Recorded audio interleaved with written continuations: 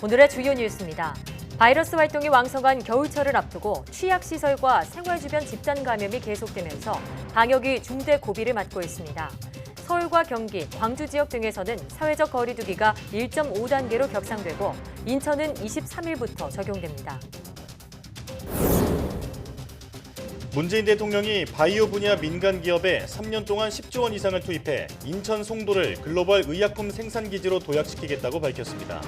또 바이오 소재 장비 국산화와 핵심 인력 공급에 정부가 적극적으로 나서겠다고 강조했습니다.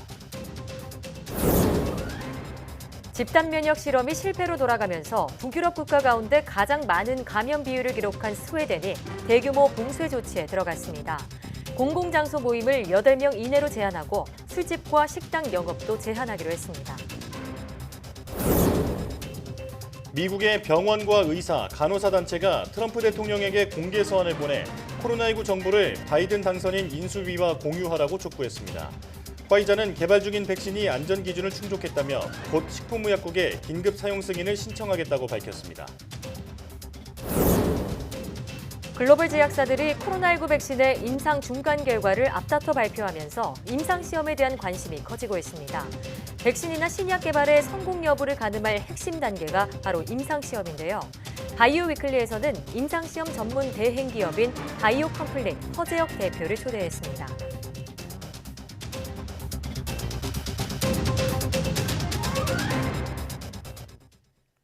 여러분 안녕하십니까? 사이언스 투데이입니다. 차세대 핵심 산업인 바이오 헬스 분야에서 오는 2023년까지 앞으로 3년 동안 10조 원 규모의 민간 투자가 이루어집니다. 정부는 인천 송도 연세대 국제 캠퍼스에서 문재인 대통령이 참석한 가운데 이런 내용의 바이오 헬스 산업 사업화 촉진 전략을 발표했습니다.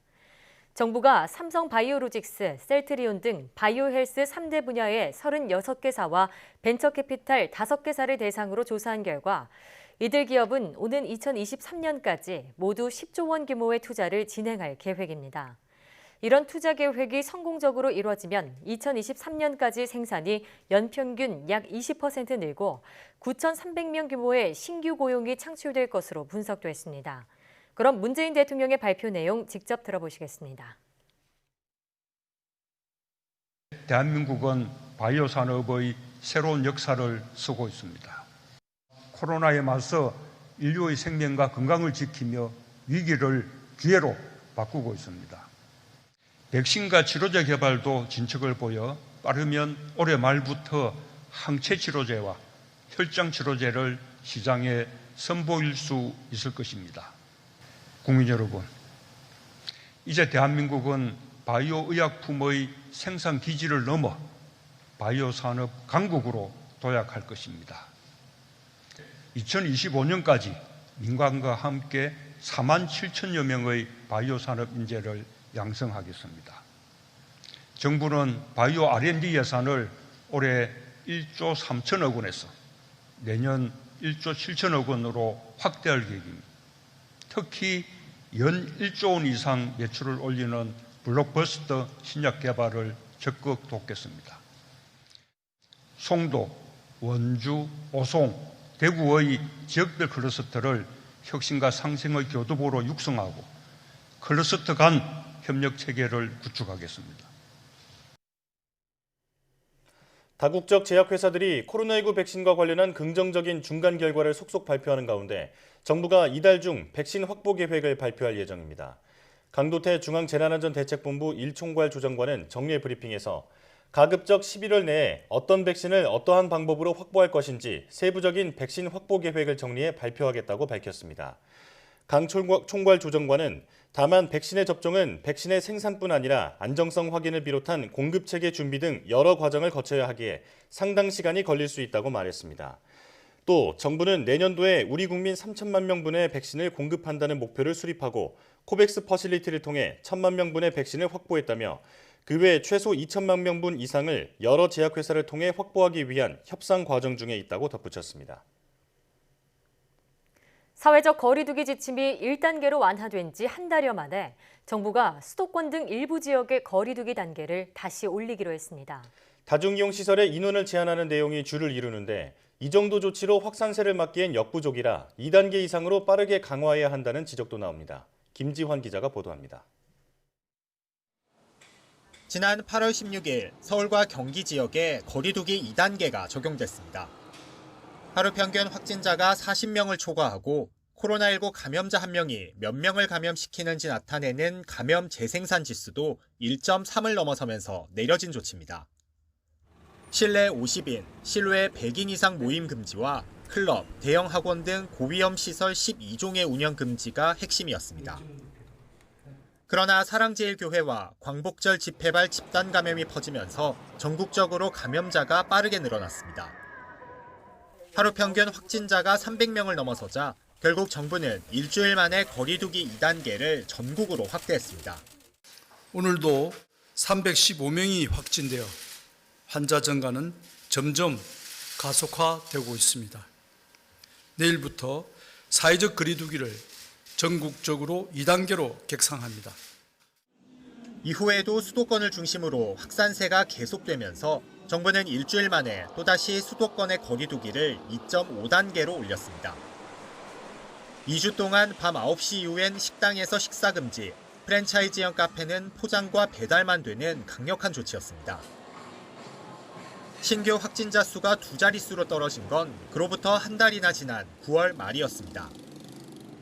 추석 특별방역 기간까지 거치고 나서야 안정적인 2자릿수 흐름을 보였고 정부는 사회적 거리두기를 1단계로 내렸습니다. 전국의 거리두기를 2단계에서 1단계 생활방역 체계로 조정하되 고위험 시설에 대한 방역 관리는 강화하고자 합니다. 그런데 한 달여 만에 다시 1.5단계로 높아지게 된 겁니다. 다중이용시설 이용 인원을 제한하는 내용이 주를 이룹니다. 하지만 연말 연시를 앞두고 하루 300명 넘는 신규 확진자가 쏟아진 상황에서 이 정도 조치로는 약하다는 지적이 나옵니다. 2단계 이상으로 올려 확산세를 빠르게 잡는 게 필요하다는 겁니다. 국민들 보고 이제 잘 지켜달라고 하는 그 얘기를 하는데 어떤 메시지라든지 상황 판단과 거기에 따른 적절한 거리두기 수준 높이고 긴장감 유지하는 이 정부의 책임이 가장 크다고 생각이 되고 반면 자영업자들은 또다시 문을 닫게 되거나 운영이 제한되면 타격이 너무 크다며 단계 격상에 반대하고 있습니다. 정부는 앞으로 2주 동안 추이를 지켜본 뒤 거리두기 단계를 더 올릴지 결정한다는 방침입니다. YTN 김지환입니다. 코로나19 신규 확진자가 300명을 넘어선 가운데 중앙재난안전대책본부는 17일 기준으로 전국에 543개 중환자 병상 가운데 21.9%인 119개 중환자 병상이 남았다고 밝혔습니다. 남아있는 병상을 지역별로 보면 서울이 21개, 경기 10개, 인천 15개이고 광주가 5개, 강원 2개, 전남 1개 등으로 최근 확산세가 특히 가파른 지역의 중증 환자 병상이 부족한 상황입니다. 전문가들도 일일 신규 확진자가 300명을 넘어서는 등 확산세가 가팔라지면서 국내 중증 환자 병상이 부족해질 것이라며 잇따라 우려를 나타냈습니다. 19일부터 코로나19와 독감 바이러스를 동시에 진단하는 검사에 건강보험이 적용됩니다. 중앙재난안전대책본부는 독감주의보와 관계없이 코로나19 또는 독감 의심 증상이 있을 때 한 번 검사로 2가지 질환을 동시에 파악할 수 있는 유전자 증폭 진단 검사에 건강보험을 적용한다고 밝혔습니다. 기존에는 독감주의보 기간에만 독감 검사에 대해 건강보험이 적용됐습니다. 질병관리청은 건강보험 적용 뒤 환자가 부담해야 하는 진료비를 정부 예산으로 지원할 방침입니다. 이에 따라 검사 비용은 9만 원 선이지만 본인 부담금은 거의 없을 전망입니다. 정부는 코로나19와 독감 유행 사항을 주시하면서 건강보험 적용기간 연장을 고려할 계획입니다. 수능 2주 전 특별방역 기간을 앞두고 안전한 시험을 위해 고등학교들은 하나둘 3학년 수업을 원격으로 돌리고 있습니다. 각 지자체도 학생들이 찾는 스터디 카페나 독서실 등에서 방역 지침 준수 여부를 거듭 확인하고 학원들 역시 긴장하는 모습입니다. 정현우 기자입니다. 서울의 한 고등학교. 수업을 마친 고3 학생들이 교실을 청소하다 친구에게 괜히 장난을 겁니다. 쓸어 빨리 쓸어! 장난에서 아쉬움이 묻어나는 건 친구들과 함께하는 등교 수업 마지막 날이기 때문입니다. 이 학교는 보름 앞으로 다가온 수능을 앞두고 고3 수업을 모두 원격으로 전환했습니다. 공부할 시간이 더 많아졌기 때문에 자기 발전 시간을 더 갖게 돼서 한편으로는 다행이지만 한편으로는 친구들을 못 만나서 섭섭하기도 합니다. 2021 수능 화이팅! 교육부 지침에는 수능 일주일 전부터 모든 학년을 온라인 수업으로 돌리게 돼 있지만 서울 시내 일부 학교는 감염 위험을 막기 위해 일찌감치 등교를 중단한 겁니다. 네, 예전 같으면 수능 직전에 날마다 그 수능 스케줄에 따라서 시간대별로 수능 응시 연습도 하고 그럴 건데 올해는 못하고 있는 실정이에요. 수능 특별방역 기간이 시작되는 내일부터 거리두기도 1.5단계로 올라가면서 학원도 비상이 걸렸습니다. 교실 내 인원을 4제곱미터당 1명으로 줄여야 하는 만큼 수업 횟수를 늘리고 시간도 조정해야 합니다. 수능 일주일 전부터 대면 수업을 자제하라는 교육부 권고도 내려왔지만 학생들은 수업하길 원하는 상황이라 고민이 적지 않습니다. 학원이 만약에 문을 닫게 되면 수험생 입장에서는 마지막 기간 동안에 또다시 다른 자습 공간을 찾아갈 수밖에 없다라는 거죠. 위험 요소에 스스로 찾아가게끔 하는 것 아니냐. 학원이나 학교에 못 가게 된 학생들이 몰릴 수 있는 스터디 카페나 독서실 역시 방역이 걱정입니다. 정도 나는데요. 마스크 착용하고 점검 나왔거든요. 스터디 카페에는 한 31개소 정도 있는데 더 자주 조를 편성해가지고 수능 기간 동안 코로나에 감염되지 않도록. 교육부는 수능 2주 전부터 지침이 잘 지켜지는지 점검을 강화해달라고 각 지자체에 요청했습니다. 이와 함께 일반 시민들에게도 수능 날까지 방역 지침을 철저히 지켜달라고 거듭 호소했습니다. 수능이 끝나면 고3 학생들의 외부 활동이 잦아질 것으로 보고 다음 달 31일까지 학생안전 특별기간으로 정해 PC방이나 노래방 등을 집중 점검할 예정입니다. YTN 정현우입니다.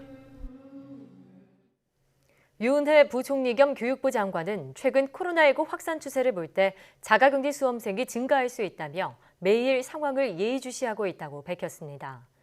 유 부총리는 정부 세종청사에서 전국 17개 시도교육감들이 참석한 가운데 합동수능 점검 영상회의를 열고 이같이 말했습니다.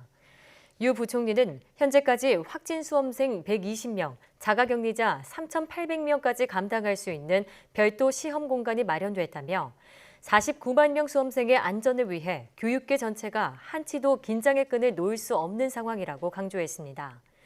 유 부총리는 또 수능 당일인 12월 3일까지 수능 특별 방역 기간을 운영해 수험생이 자주 출입하는 다중이용시설의 방역 점검을 강화하고 교육부 홈페이지에 추가 확진자가 발생한 학원 명칭과 감염 경로를 공개하겠다고 밝혔습니다.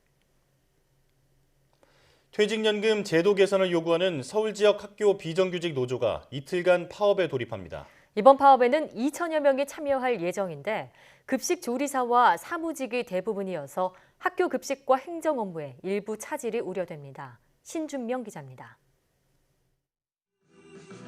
목요일과 금요일 이틀간 파업을 예고한 서울학교 비정규직 연대회의는 급식 조리사와 돌봄 전담사 등 교육공무직 11,000여 명으로 구성돼 있습니다. 이 가운데 2천여 명이 이번 파업에 참여할 것으로 보입니다. 참가자 대부분은 급식 조리사와 학교 행정 업무를 맡은 사무직입니다. 파업 이유는 퇴직연금 제도 전환 요구안을 서울시 교육청이 받아들이지 않았기 때문입니다. 노조 측은 현행 확정 기여형을 확정 급여형으로 바꿔야 한다고 주장합니다. 급여형은 가장 높은 임금을 기준으로 안정적인 퇴직금을 받을 수 있어 노동자에게 더 유리합니다.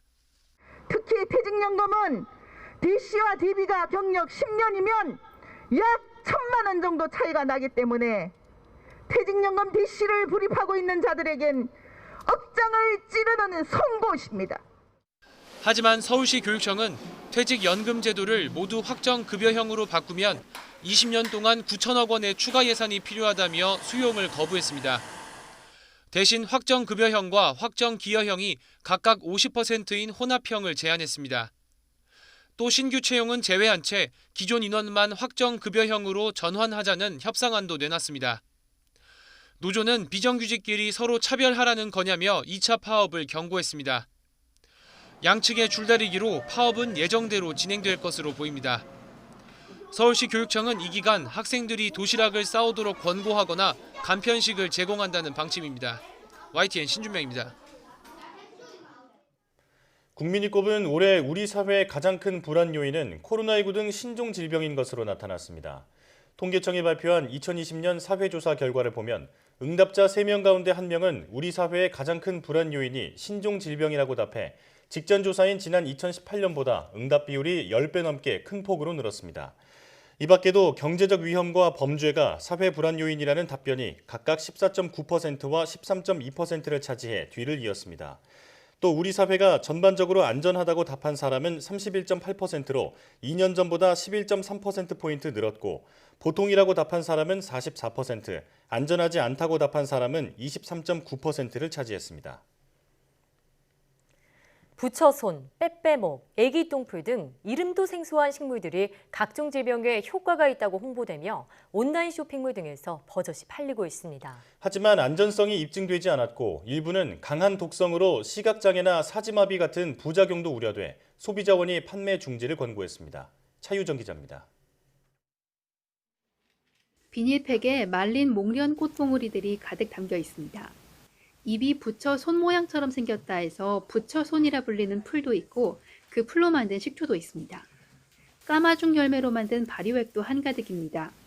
생소한 식물들이지만 인터넷 사이트 등에선 암 등 각종 질병에 효험 있는 약초로 일방적인 홍보가 이루어진 채 판매되고 있습니다. 소비자원이 온라인 등 시중에서 구해 먹어도 안전할지 점검했는데 결과는 충격적입니다. 식품으로 판매하면 안 되는 식물들로 안전성 입증을 받지 않은 원료들로 드러났습니다. 소비자원 확인 결과 온라인에선 식품 판매가 불가한 9개 종류 원료들과 이 원료들로 만든 53개 제품이 버젓이 팔리고 있었습니다. 문제의 원료들은 목련 꽃봉오리와 부처손, 백굴채, 빼빼목, 인삼꽃, 시옷뿌리, 황백, 까마죽 열매, 향부자 등입니다. 그 원물을 가지고 달여서 만든 추출액으로서 이렇게 파는 형태들이요. 아니면 또 그 캡슐 형태로 된 제품도 있었고요. 보고된 부작용 증세도 경우에 따라선 치명적입니다. 까마죽 열매는 실제 시각장애를 일으키거나 의식을 잃게 하는 등의 사례가 관찰됐습니다. 백굴채는 과량 복용 시 사지마비와 의식장애 같은 신경계 부작용 증세를 유발하는 것으로 확인됐습니다. 소비자원은 관련 업체의 판매 중지를 권고했고 식약처와 관세청에는 해당 원료와 관련 식품의 유통과 통관 금지를 요청할 예정입니다. YTN 차유정입니다.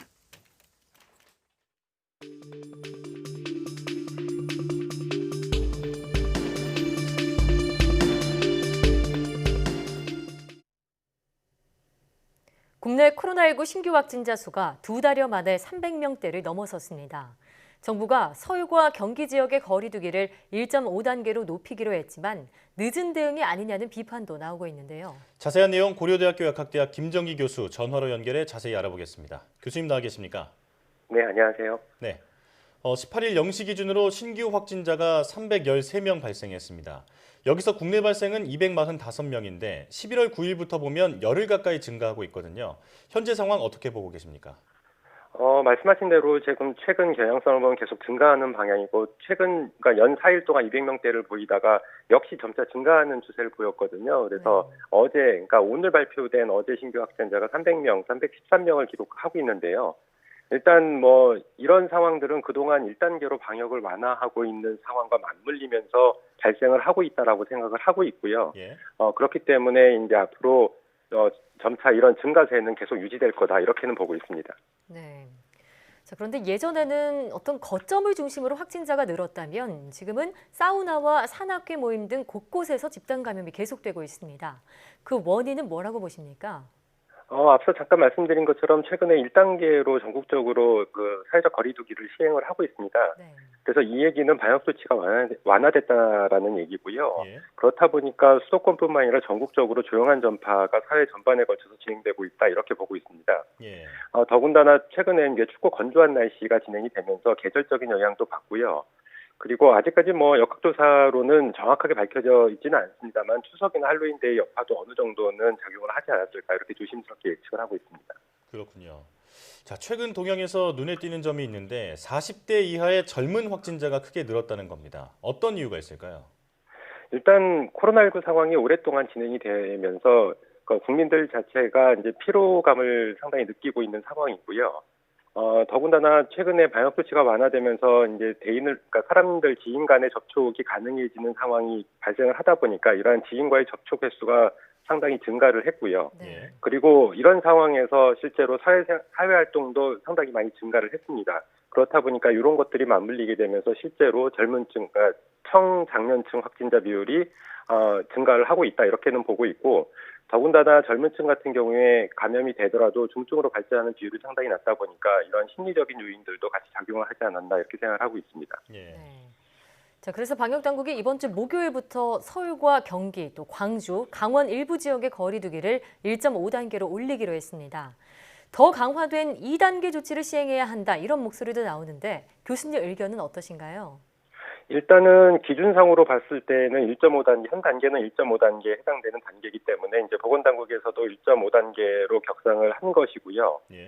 일단은 제가 보기에 뭐 일부 전문가들은 실제로 1.5단계로 격상하는 그 시기도 다소 늦었다 이런 얘기를 하고 있는데 일단 보건당국에서는 새로운 사회적 거리두기 기준에 맞게 이제 격상을 한 거라고 생각을 하고 있는데 일단 매뉴얼대로 대응을 하고 있다 이렇게 보고 있습니다. 근데 다만 현재 추세 자체가 빠르게 증가하는 추세이기 때문에 이제 이 매뉴얼보다는 선제적인 조치가 필요할 거라고 판단을 하고 있고요. 예. 말씀하신 1.5단계의 격상은 앞으로 2주간 적용하는 걸로 발표를 하고 있는데 2주까지 기다리면 다소 늦은 감이 있고 아마 한 일주일 정도 상황을 본 다음에 1.5단계가 어떤 뚜렷한 어떤 영향을 그러니까 감소에 영향을 미치지 못할 경우에는 선제적으로 2단계로 빠르게 다시 격상을 시키는 것도 필요하겠다 이렇게는 보고 있습니다. 네, 일단은 매뉴얼대로 가지만 이제 선제적 조치도 고려해봐야 한다 이렇게 말씀해 주셨습니다. 다음으로 백신 얘기해 보겠습니다. 최근 화이자와 모더나가 임상 시험에 긍정적인 결과를 내면서 백신 상용화 기대감이 커지고 있습니다. 반면 회사가 발표한 중간 결과기 때문에 지나친 기대는 금물이라는 신중론도 있는데요. 어떻게 보십니까? 최근에 두 제약사에서 발표한 이른바 방어율 같은 경우에는 실제로 굉장히 제한적인 결과라고 볼 수가 있고요. 실제로 백신 개발에 있어서 항상 지표가 되는 부분이 항체 생성률과 항체의 어떤 역할을 가지고 우리가 판단을 하거든요.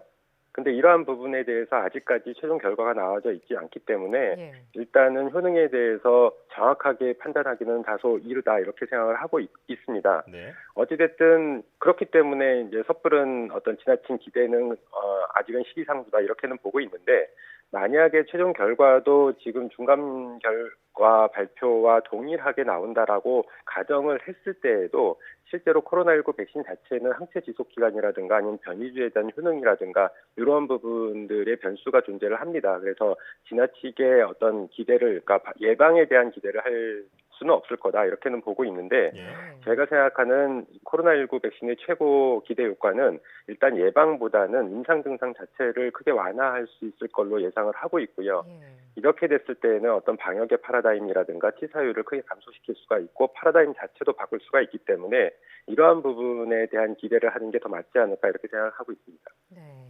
최종 결과가 나올 때까지 또 여러 변수가 있을 수 있는 상황이기 때문에 조금 더 결과를 지켜봐야 한다 이런 입장이시고요. 우리나라는 아스트라제네카 또 노바백스 제약사의 백신 확보가 유력한 것으로 알려졌습니다. 이들 제약사의 백신의 경우에는 어떤 장점이 있다고 알려져 있나요? 일단은 뭐 기본적으로 현재 단계에서 가장 빠르게 진행되고 있는 거는 아시는 바와 같이 파이자나 모더나 백신입니다. 근데 아스트라제네카 백신도 다음 주 정도에는 임상 3상 결과를 발표할 거다라고 예측을 하고 있거든요. 그렇기 때문에 일단 시기적으로는 아스트라제네카 백신이 파이자나 모더나 백신보다 그렇게 늦은 상황은 아니라고 판단을 하고 있고요. 우리 국내 제약사인 SK바이오사이언스에서 일단 아스트라제네카하고 노바백스에 대한 위탁 생산 계약을 맺은 상황이거든요. 일단 위탁 생산 계약을 맺을 때 국내에 실제로 상용화할 수 있는 상용화할 수 있는 물량을 확보하는 조건이 같이 들어있는 걸로 알려져 있습니다. 그렇다 보니까 아스트라제네카 백신이나 노바백스 백신을 계약을 했을 때에는 더 이게 물량 확보 면에서는 상당히 우위에 있다 이렇게는 보고 있습니다. 그러니까 효능 면에서는 아직까지 모든 제약사들이 최종 결과가 안 나왔기 때문에 뭐 비교 판단하기는 좀 어렵다 이렇게는 보고 있습니다. 자, 오늘도 전문가와 함께 코로나19 상황을 살펴봤는데요. 어느 때보다 생활 방역이 중요한 때라는 생각이 듭니다. 지금까지 고려대학교 약학대학 김종기 교수와 함께했습니다. 교수님 고맙습니다. 네, 감사합니다.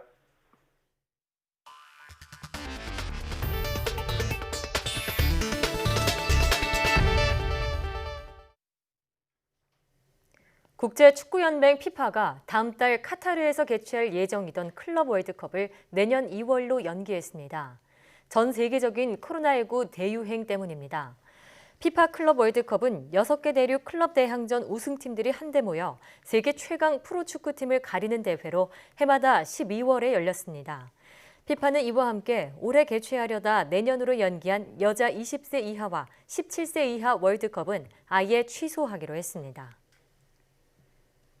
스웨덴이 코로나19 확산에 대응해 오는 20일부터 술집과 식당 영업을 밤 10시까지로 제한하고 24일부터는 공공장소 모임을 최대 8명까지로 제한한다고 밝혔습니다. 이번 결정은 그동안 시행해온 느슨한 방역 조치가 효과를 거두지 못했다는 판단에 따른 것입니다. 보도에 박상남 기자입니다. 스웨덴 정부는 오는 24일부터 공공장소 모임을 최대 8명까지로 제한한다고 밝혔습니다. 이는 행사 종류에 따라 50명에서 300명까지 허용했던 모임 가능 인원을 대폭 줄인 것입니다. Det här nu, det är den nya normen för hela samhället, för hela Sverige. Gå inte på gym, gå inte till bibliotek, ha inte middag. 이번 조치는 지난번 국민들에게 권고했던 방역 수칙들이 잘 지켜지지 않고 있다는 판단에 따른 것입니다. 스웨덴은 코로나19 사태 초기 다른 유럽 국가들과 달리 법으로 강제하는 봉쇄 조치를 도입하지 않았습니다. 즉 식당과 술집, 체육관 영업을 규제하지 않고 손 씻기와 거리 두기 등 개인 방역 수칙 준수만 권고하는 수준에 머물러 왔습니다. 하지만 이른바 집단 면역 실험을 고수해온 스웨덴은 결과적으로 북유럽에서 가장 큰 타격을 입었습니다.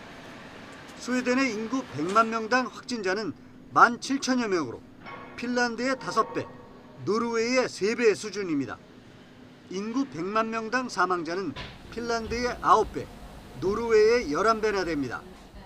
이런 상황에서 내려진 정부의 봉쇄 강화 조치에 시민들은 긍정적인 반응을 보였습니다. Jag tror att ju stramare regler man sätter in och ju mer förbud man gör och framförallt, som jag har starka åsikter på, det är det att stäng restauranger och bara stäng igen dem. Bara för att så kanske de restaurangägarna förstår att det här går inte längre. 스웨덴 정부는 앞서 지난 11일 술집과 식당 운영을 오후 10시까지로 제한하는 내용의 봉쇄 조치를 발표했습니다. 술집과 식당 영업 제한은 오는 20일부터 2월 말까지 시행됩니다. YTN 박상남입니다. 미국 식품의약국 FDA가 집에서 스스로 코로나19 검사를 할 수 있는 자가 진단 키트의 긴급 사용을 승인했습니다. AP통신에 따르면 이 키트는 미국 제약기업 루시라 헬스가 개발한 일회용 테스트 기구로 코로나19 바이러스를 30분 만에 판별합니다. 이용자가 면봉으로 코에서 검체를 채취해 병에 넣고 휘저은 뒤 키트에 연결하면 검사 결과가 나타나게 됩니다. FDA의 이번 결정은 코로나19 확진자가 기하급수적으로 증가하고 있는 미국에서 검사 규모를 획기적으로 늘리는 데 기여할 중요한 조치로 평가받고 있습니다. 하지만 처방전이 있어야 살 수 있어 실제 사용에는 제한이 따를 것으로 보입니다. 미국의 제약회사 화이자가 코로나19 백신 보급에 한 계단 더 가까워졌습니다.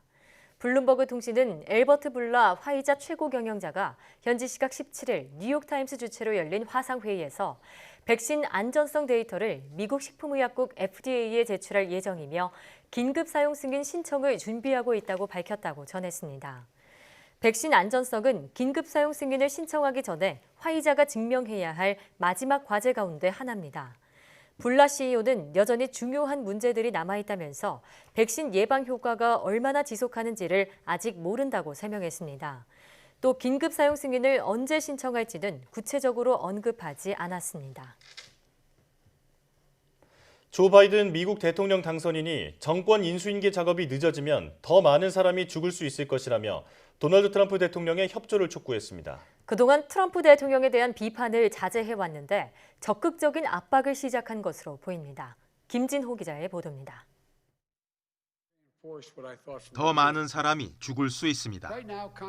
트럼프 대통령의 정권 이양 방해로 가장 큰 위협은 무엇이냐는 언론 질문에 바이든 당선인이 이렇게 답했습니다. More people may die if we don't coordinate. And so it's important that it be done, that there be coordination now. 그동안 트럼프 대통령에 대한 직접적인 비판을 자제했던 바이든 당선인이 비판 수준을 높인 것입니다.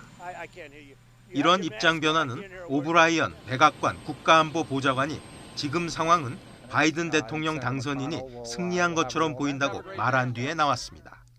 And if it has to wait until January 20th to get actually become operational, that's a shame.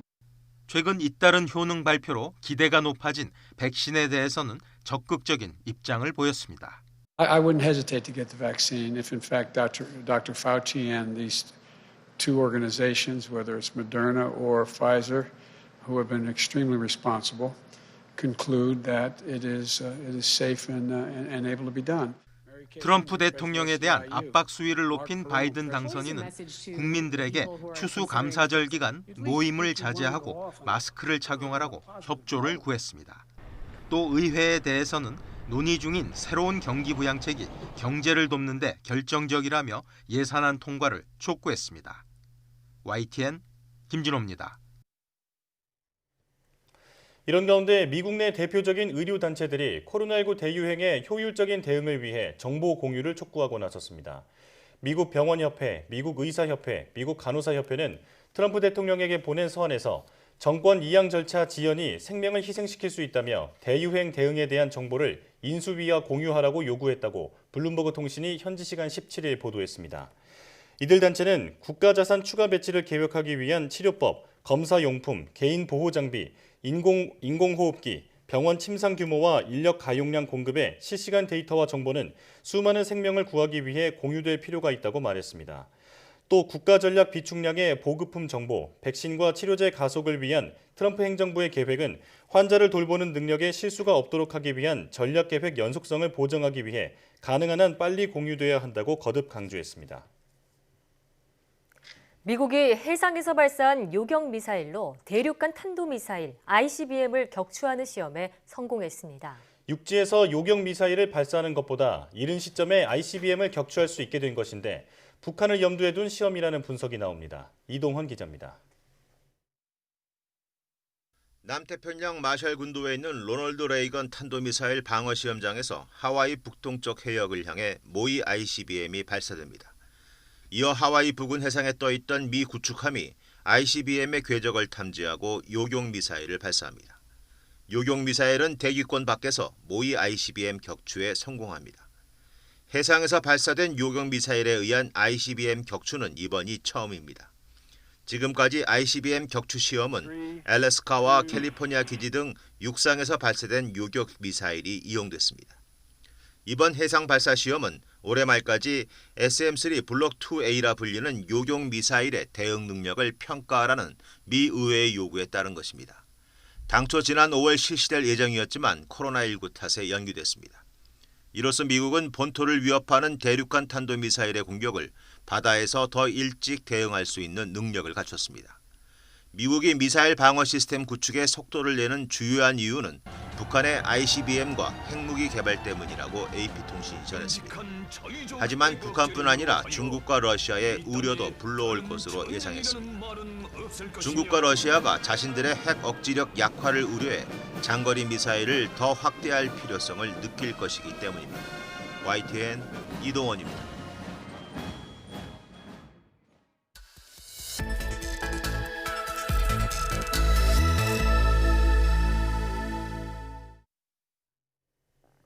다양한 바이오 이슈를 과학 기자의 시각으로 집중 분석하는 바이오 위클리 코너입니다. 오늘도 이성규 기자와 함께 하겠습니다. 어서 오십시오. 안녕하세요. 네, 말을 좀 더듬었네요. 네, 이번 주 소식 전해주시죠. 네, 코로나19 백신 소식부터 전해드리겠습니다. 미국 제약사 화이자가 코로나19 백신에 대한 긴급 사용 승인 신청을 준비하고 있다고 밝혔습니다. 이 미 제약사 모더나가 개발 중인 코로나19 백신이 임상 3상에서 94%의 효과를 냈다고 밝혔습니다. 정부가 현재 임상 3상에 들어간 코로나19 백신 가운데 5개사 제품을 대상으로 도입을 논의 중이라고 밝혔습니다. 화이자와 모더나의 중간 결과가 긍정적이게 발표가 되면서 코로나19 이 백신 두 종이 긴급 사용 승인 신청에 들어갈 것이다. 이런 전망도 나오고 있는데요. 자, 이처럼 백신과 같은 신약 개발에서 임상 시험은 무척이나 중요한 단계입니다. 네, 오늘 바이오 포커스에서는 임상 시험을 위탁 대행하는 CRO 기업 바이오 컴플릿의 허재혁 대표와 자세한 내용 알아보겠습니다. 대표님 어서 오십시오. 어서 오세요. 예, 안녕하십니까. 바이오 컴플릿 대표이사를 맡고 있는 허재혁입니다. 네, 반갑습니다. 초대해 주셔서 감사합니다. 네. 자, 일단 회사 이름이 바이오 컴플릿입니다. 컴플리트, 그러니까 완벽하다라는 뜻인데 이 사명에 대해서 어떤 의미인지 직접 설명해 주시죠. 네. 국내 신약이 되게 부족한 상황이고요. 지금까지 의약품 개발업에 종사하면서 후보물질 도출 역량과 다양한 임상시험을 바탕으로 한국에서 하나의 바이오 의약품을 완성하자는 의미로 바이오 컴플릿이라고 지었습니다. 이 회사 하나로 모든 것을 완성하자 이렇게 그렇습니다. 의미를 말씀해 주셨는데 바이오 컴플릿의 주요 사업 가운데 하나가 CRO입니다. 저희도 앞서 소개를 해드렸는데 CRO라는 단어 처음 듣는 분들도 정말 많으실 것 같거든요. 어떤 뜻인지 쉽게 설명해 주세요. 컨트랙트 리서치 오거나이제이션이라는 그 이니셜을 사용하고 있고요. 글로벌 제약사들이 임상을 많이 하다 보니까 그리고 GCP라고 하는 의약품 개발에 있어서 임상시험 기준이 되는 것들이 엄격해지다 보니까 전문기관들이 필요하게 됐습니다. 그래서 의약품 개발에 있어서 전문기관을 보통은 CRO라고 하고요. 그다음에 비임상 CRO, 임상 CRO로 좀 나눠지는 편입니다.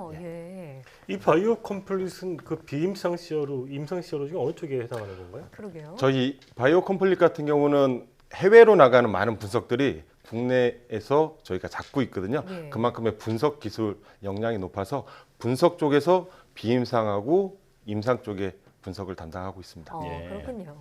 그 다음 질문 들어가기 전에 제가 좀 궁금한 게 있었는데 이 바이오 컴플릿이 그 CRO 센트하고 글라이카는 회사 두 회사 합병을 한 거잖아요. 예, 그렇습니다. 이 각각 회사가 어떤 일을 하는 회사였고 이게 합병에 어떤 시너지 효과가 있는 건지 좀 설명해 주시죠. CRO 센트는 임상 CRO로 가지고 있고요. 글라이칸이라는 회사는 당단백 분석, 그러니까 바이오 의약품에서 가장 중요한 거는 당세입니다. 당세 위치에 따라서 효능이 바뀌거든요.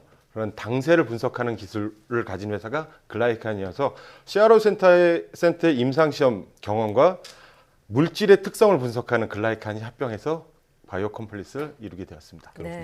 이제 바이오 의약품은 이제 그 케미컬 의약품이 아니라서 이게 똑같이 만들기가 굉장히 힘든데 이 당이 그 의약품에 어디에 단백질이 달라붙느냐 이거에 따라서 그게 성격이 변하는데 그걸 똑같이 붙이는 그런 분석 기술을 가지고 있다. 그게 이제 글라이카이는 회사였고, 그다음에 원래 CRO를 하던 회사가 CRO 센터였고, 그 두 회사가 합병을 해서 좀 더 시너지 효과가 있다.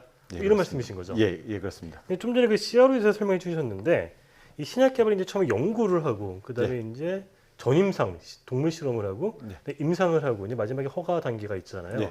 이 각 단계가 다 이렇게 모든 지난한 아주 오랜 과정인데 어떤 특징이 있는지 간략하게 설명해 주시죠. 보통 R&D라고 하는 부분은 후보물질 개발, 그리고 비임상이라고 하는 거는 동물 실험, 그리고 임상은 인체 적용 실험, 그다음에 인체 적용 1, 2, 3, 4이 끝나면 허가 신청을 하게 되어 있습니다. 각 기간은 뭐 3에서 5년의 이제 후보물질 도출, 그다음에 동물 실험에서 2에서 3년, 그리고 1상, 2상, 3상은 1년, 2년, 3년 이상의 기간이 걸려서요. 의약품 개발은 10년에서 15년 정도의 시간이 소요되는 긴 여행입니다. 총 10년에서 15년이나 걸리는군요. 그 15년 정도 걸리는 기간 중에서 대부분의 기간이 임상에 들어가 있는 건가요? 임상이 뭐 IND 1상, 2상, 3상, 그다음에 NDA라고 하는 과정이 각각의 인터벌도 있고 해서 6에서 7년 정도의 시간은 소요됩니다. 이게 되게 빠른 트랙으로 갔을 때고요. 요즘같이 코로나 때문에 긴급 승인 이런 경우는 거의 없다라고 보시는 게 맞을 것 같습니다. 예, 그렇습니다. 그럼 이렇게 CRO는 그 임상 시험을 위탁해서 대행해 주는 기업이다 보니까 굉장히 빠른 기간에 그 업무를 다른 회사를 대신해서 해주는 거잖아요. 예, 그렇습니다. 그러면 그걸 의뢰한 회사와의 관계가 굉장히 좀 이렇게 밀접하고 뭐 그렇게 되는 건가요? 바이오 컴플릿 같은 경우는 파트너십으로 생각을 하고 있고요. 임상에서의 실패는 제약사에선 큰 데미지를 받고 있습니다. 그래서 우리가 개발하는 의약품처럼 임상시험을 대행해주고 있고요. 예, 그렇군요. 그 임상시험 하는 과정에서 그 의뢰한 기업의 어떤 핵심 정보를 다 알게 되잖아요. 예, 그렇습니다. 그럼 어떤 그런 기술 유출이나 이런 위험도 있고 그렇지 않나요? 계약상으로 많이 묶여져 있는 상황이고요. 계약을 한 2, 3단계로 묶어서 컨피덴셜 계약을 별도로 다시 하고 있습니다. 이제 그 임상이 굉장히 어렵다 이렇게 말씀해 주셨는데 이제 최근에 코로나19 때문에 이제 치료와 백신, 임상이 무엇인지 일반 국민들의 관심이 굉장히 많이 커졌어요. 근데 이제 임상 시험이 굉장히 실패 확률이 높잖아요. 단계별로도. 뭐 이 단계별로 어떻게 왜 이렇게 임상 실패 확률이 높은 건지 그 이유는 또 어떤 건지 좀 설명 좀 해주시죠. 임상 1상, 2상, 3상을 봤을 때 1상에서 약 50%의 성공률, 2상에서는 30%의 성공률, 3상에서는 60%의 성공률이 있는데요. 뭐 알츠하이머 같은 경우는 2019년도에는 한 99.6%의 실패율을 보고되고 있거든요. 그래서 거의 다 실패했다는 뜻이네요. 예. 임상 실험은 계획서를 잘 작성을 해야 되고, 그다음에 임상 수행을 잘 해야 되고, 최근에 위약하고 시험약하고 섞였다라는 얘기도 있었고 하는 부분이 있는데요. 그것보다 더 중요한 거는 연구단에서 많은 연구들이 있어야지만 임상시험 계획서가 잘 나오고요. 그런 실패의 원인들은 결국은 부족한 연구 결과로 예측하지 못한 리스크를 감당하지 못하기 때문이라고 저는 생각을 하고 있습니다. 그 이제 연구단에서 많은 연구를 해야지 인체 임상 결과가 좋다라고 말씀하셨는데, 그럼 그 의미는 임상에 들어가기 전에 그 동물 실험 단계에서 좀 많은 데이터를 확보해야 된다 이런 말씀이신 건가요? 예. 보통 의약품 말씀드리기 전에 몸은 거의 다 스위치 온오프와 같습니다. 그래서 어떤 상황일 땐 ON을 시키고 어떤 상황일 땐 OF를 시키는데 의약품은 들어오면 한 방향을 가지거든요. 억제를 하거나 증진을 시키거나 하다 보니까 예기치 않은 반응들이 나와서 뭐 이상 반응도 나오고 뭐 쇼크도 나오고 여러 가지 나오면 이제 임상이 드랍이라는 표현을 써서 임상이 실패하는 경우들도 꽤 있고요. 그래서 그만큼 인간의 몸하고 동물의 몸은 다릅니다. 너무나 다르죠. 그렇기 때문에 많은 연구를 통해서 검증이 되어야지만 임상시험에서 성공률은 높아질 거라고 예상되고 있습니다. 이제 기업들이 빨리 임상에 들어가기 위해서 뭐 기본적으로 필수적인 것만 동물 실험에서 하고 바로 들어가기 때문에 예기치 못한 결과가 나올 확률이 크다. 뭐 이런 의미로 우리가 이해할 수 있는 거죠. 예, 그 IND라고 해서 인체 적용 시험하기 전에 내는 서류에 보면은 뭐 체내 동태, 그러니까 흡수, 분포, 배출, 그리고 효과, 그다음에 독성 정도의 데이터만 있으면 신청이 가능하거든요. 그래요? 예. 그러다 보니까 되게 필수적인 데이터들을 가지고 임상을 들어가는 경우가 많습니다. 그러니까 인체 임상에서 성공하기 위해서는 좀 시간이 오래 걸리더라도 동물 시험 단계에서 좀 탄탄한 데이터를 축적해야 된다. 이런 설명이었던 것 같고요. 이제 그 코로나19 얘기 다시 돌아가면은 지금 전 세계적으로 이 치료제와 백신 개발이 한창이잖아요. 근데 역시 관건은 그 임상 시험인데, 근데 그래도 해외는 좀 환자 수가 많아서 임상 시험 참가자 모집이 좀 수월하다고는 하는데 국내 상대로 적어서 좀 어려움을 겪고 있다 이런 얘기가 많이 들렸어요. 실제 CRO 경험으로 보면 어떤가요, 현장 분위기가? 국내에서 제가 알기로는 치료제가 26개 그리고 백신이 2개가 임상을 진행하는 걸로 알고 있는데요. 치료제의 경우는 환자가 늘면 대상자로서 등록이 용이해지는데 백신 같은 경우는 특히 겨울철이 되면 뭐 독감 바이러스와 관련된 백신을 맞으면 약 한 달 뒤에 백신 임상에 들어갈 수 있습니다. 그렇기 때문에 그만큼 환자 모집이 더 어려워지는 상황이고요.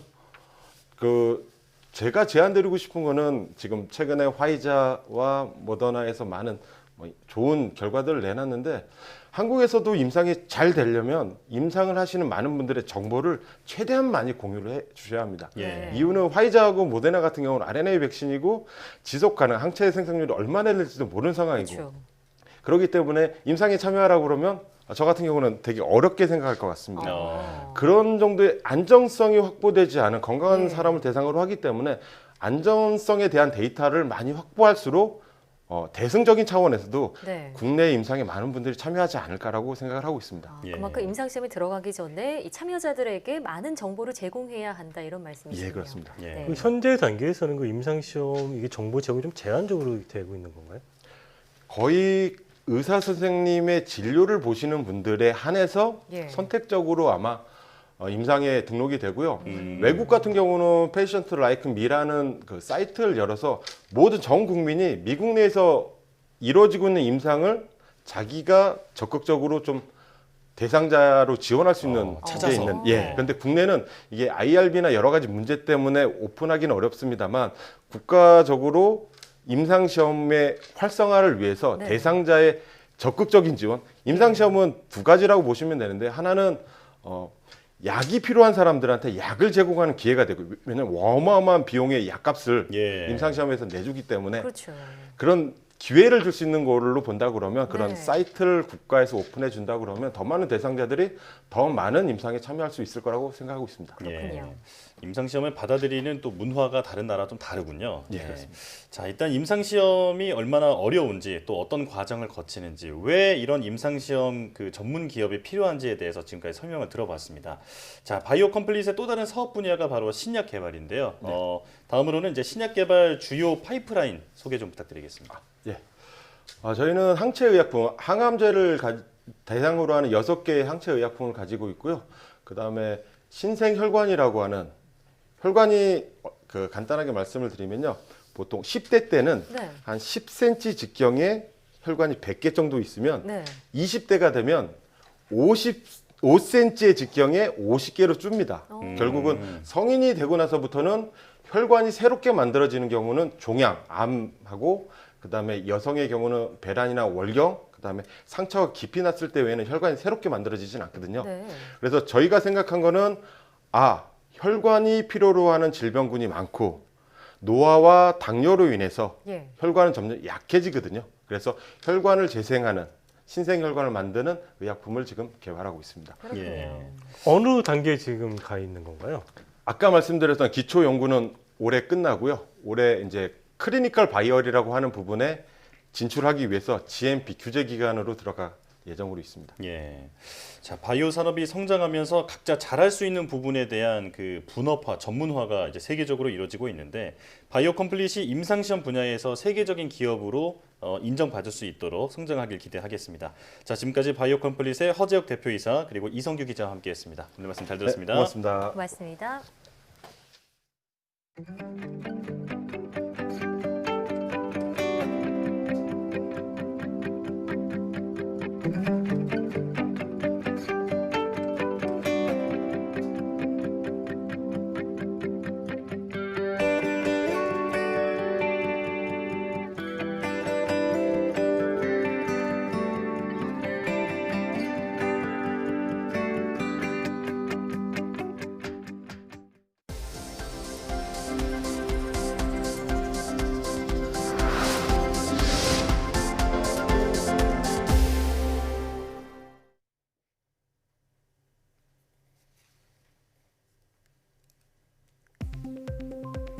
올해 상반기 위성방송과 IPTV 등 유료방송 가입자 증가폭이 35만 명에 그치면서 2017년 이후 최소치를 기록했습니다.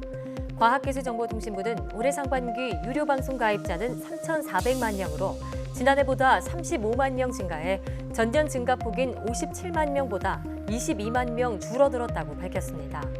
국내 유료방송 가입자 증가폭은 2017년 상반기 83만 명을 기록한 이후 줄곧 50만 명대 이상을 유지했으나 이번에 처음으로 30만 명대로 급락했습니다. 국내 연구진이 알츠하이머병을 일으키는 원인 유전자 22개를 찾아냈습니다. 분당 서울대병원 박영호 교수팀은 미국인과 유럽인 1,300여 명의 유전자를 분석해 알츠하이머병 환자에서 특이적으로 높게 나타나는 유전자 22개를 규명했다고 밝혔습니다. 이 가운데 염증 반응을 일으키는 특정 유전자와 바이러스 감염과 관련된 유전자가 알츠하이머병 발병에 크게 영향을 준다는 점도 확인했다고 덧붙였습니다. 세포 덩어리를 원하는 위치에 찍어낼 수 있는 3D 바이오 프린터가 개발됐습니다. 울산과학기술원 강현욱 교수 연구팀은 줄기세포 등이 포함된 바이오 잉크를 3차원 형태 세포 덩어리로 인쇄할 수 있는 3D 바이오 도트 프린팅 기술을 개발했다고 밝혔습니다. 또 이 기술을 이용해 입체적인 모양의 암세포와 간세포, 췌장세포 등을 만드는 데 성공했다고 말했습니다. 연구팀은 입체적인 모양의 세포 덩어리는 2차원 형태 세포보다도 인체 조직과 닮았다며 인간의 장기를 대신해 약물 효능을 검증하는 데 활용될 수 있다고 설명했습니다. 2살이 되기 전 항생제가 투여된 아이는 각종 질환에 걸릴 위험이 크다는 연구 결과가 나왔습니다. 미국 메이오 클리닉 연구팀이 14,000여 명의 의료 기록을 분석한 결과 만 2살 전에 1회 이상 항생제를 투여한 아이는 그렇지 않은 아이보다 셀리악병 위험이 200%, 천식 위험이 90% 높았다고 밝혔습니다. 연구팀은 세균 감염 치료에 사용되는 항생제가 아이들 성장과 발달에 영향을 주는 장내 세균을 공격하기 때문이라고 설명했습니다. 셀리악병은 밀가루 등에 들어있는 글루텐에 과잉 반응을 일으켜 복통이나 피부 발진 등이 나타나는 알레르기성 질환을 말합니다.